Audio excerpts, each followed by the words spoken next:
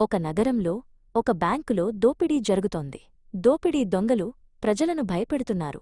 అక్కడే ఉన్న ఒక చిన్న పిల్లవాడు జగన్నాథం భయం లేకుండా ఆ దృశ్యాన్ని చూస్తున్నాడు. అతని కళ్లలో ధైర్యం, అన్యాయంపై కోపం కనిపిస్తున్నాయి. అక్కడున్న పోలీసాఫీసర్ నిస్సహాయంగా ఉన్నప్పుడు జగన్నాథం ఆ దొంగ చేతిలోని తుపాకీని లాక్కుని అతన్ని అడ్డుకున్నాడు.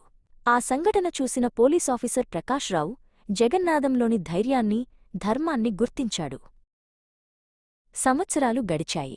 పెద్దవాడైన జగన్నాథం కేశవ్ విజయవాడలో అన్నపూర్ణ క్యాటరింగ్ సర్వీసెస్ నడుపుతూ ఒక సాధారణ బ్రాహ్మణుడిగా జీవిస్తున్నాడు. అతను ఎంతో అమాయకంగా, శాంతంగా కనిపిస్తాడు. కాని చీకటి పడ్డాక ఎక్కడైనా అన్యాయం జరిగితే కేశవ్ రూపాంతరం చెందుతాడు. అతను డీజేగా మారి చట్టానికి దొరకని దుర్మార్గులను శిక్షిస్తాడు. అతని రూపం, పద్ధతి పూర్తిగా మారిపోతాయి. సంగీత స్వరం పాట: శరణం భజే భజే, అసుర నిశాన వినాశన భజే.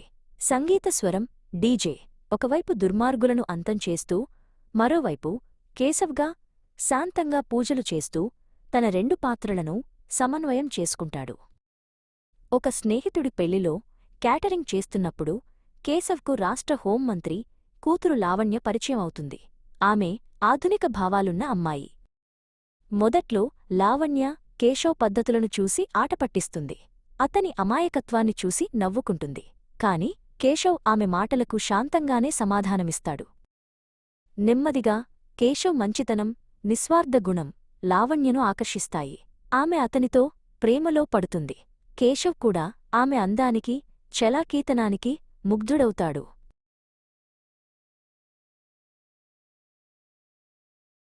సంగీత స్వరం పాట: గుడిలో బడిలో మడిలో, నువ్వే నువ్వే నాలోన.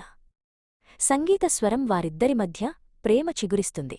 వారి ప్రపంచాలు వేరైనా వారి మనసులు ఒకటిగా కలుస్తాయి. కథలోకి క్రూరమైన విలన్ విక్రమ్ వర్మ ప్రవేశిస్తాడు. అతను ఆగ్రో డైమండ్ అనే నకిలీ రియల్ ఎస్టేట్ కంపెనీని స్థాపించి ప్రజల్ను మోసం చేస్తుంటాడు. విక్రమ్ వర్మ మోసం వల్ల వేలాది మధ్యతరగతి కుటుంబాలు తమ సర్వస్వాన్ని కోల్పోయి రోడ్డున పడతాయి. వారి కన్నీళ్లు, ఆవేదన ఆకాశాన్ని తాకుతాయి. ఈ విషయం డీజేకి తెలుస్తుంది. అతను విక్రమ్ వర్మ సామ్రాజ్యాన్ని కూల్చడానికి రంగంలోకి దిగుతాడు. వర్మ అనుచరులను ఒక్కొక్కరిగా తనదైన శైలిలో శిక్షిస్తాడు. తన మనుషులు ఎందుకు, ఎలా మాయమవుతున్నారో తెలియక విక్రమ్ వర్మకు పిచ్చిపట్టినంత పనవుతుంది. అతనిలో భయం మొదలవుతుంది.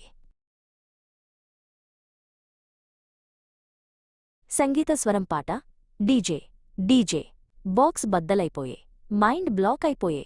సంగీత స్వరం డీజే తన రాకను విలన్ గ్యాంగుకు తెలియచేస్తూ వారికి ఒక పెద్ద హెచ్చరిక జారీ చేస్తాడు. అనుకోకుండా డీజేకి ఒక భయంకరమైన నిజం తెలుస్తుంది. తన గురువు పోలీసాఫీసర్ ప్రకాశ్రావు కూడా విక్రమ్ వర్మతో చేతులు కలిపాడని, తనను ఇన్నాళ్లు వాడుకున్నాడని అర్థమవుతుంది.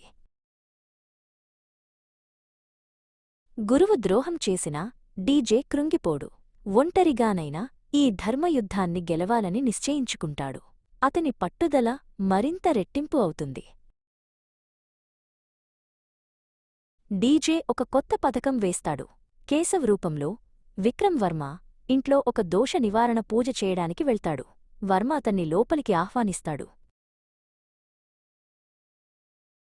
కేశవ్ తన మాటల గారడీతో విక్రమ్ వర్మను, అతని కొడుకును మానసికంగా హింసించడం మొదలుపెడతాడు.